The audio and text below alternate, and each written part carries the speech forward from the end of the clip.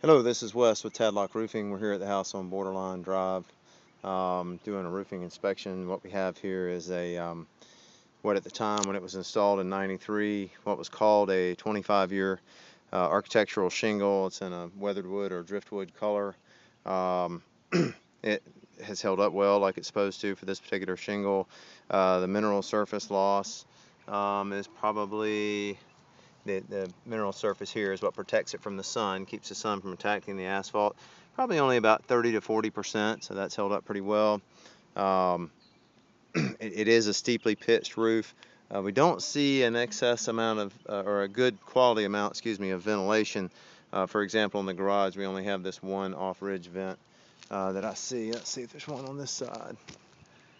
No, nothing over here.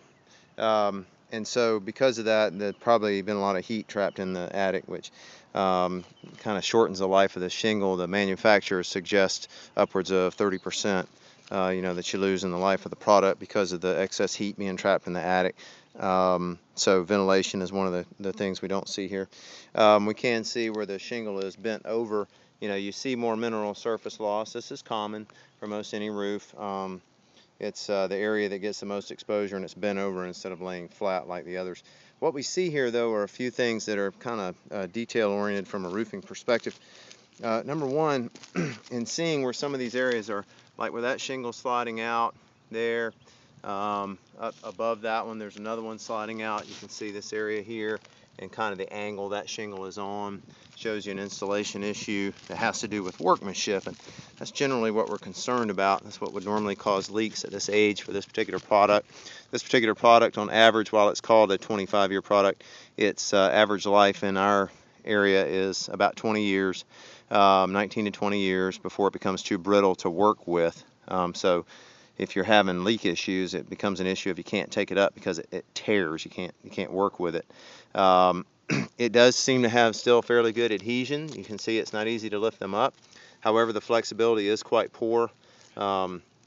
Here's another installation issue where they lap this piece over this piece instead of butting them together, and you can see that's pretty flimsy and getting thin.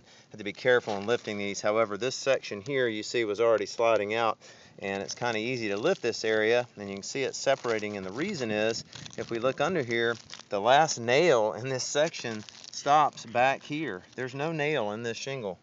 And that's just a concern as far as, I know it's only one location. I can't go around prying shingles up on the roof to find out. So it just leads me to some concern about the actual installation of the roof system. The other thing that leads me to some concern is a lack of knowledge of proper installation practice for this product.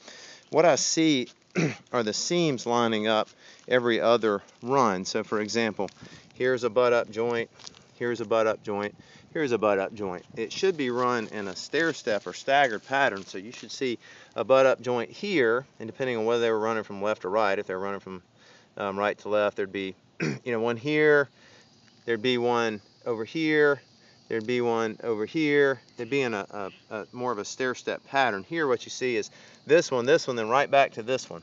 While that's not a huge deal, doesn't necessarily lead to leaks, it just kind of speaks to the quality of the installation and the knowledge of the crew. Fairly common for new construction not to have extremely qualified crews doing the work, because a lot of time contractors will actually have their framers put the roof on because they're allowed to. The other thing I'm concerned about is high nailing. We see in a few locations right down here, we see where a shingle's been replaced. Let me go over here and show you something. We also see where there's a lot more wear on these shingles because people are using this pattern, to walk up and down this area. We see one is missing here that's been replaced. Excuse me. And then we see one over here, a few over here. Most of these are probably due to slide out. You can see right above that, there's another one up there that's going to come out. There's some down here that are going to slide out. Generally that's from a lack of enough nails, but also from what's called high nailing, which you can read about on our website. It's where they nail the shingle too high above where they're supposed to put the initial installation nail line, and that causes the shingle to slip out like that because the nail doesn't pass through the layers of material in that shingle and then the shingle below it the way it's supposed to. And as I mentioned, that's described on our website. I would give this roof, as far as keeping the rain out, It may be doing a good job. As far as its life for replacement, it should be replaced within the next, I don't know, 2 to 4 years max. You're just going to start having issues with it.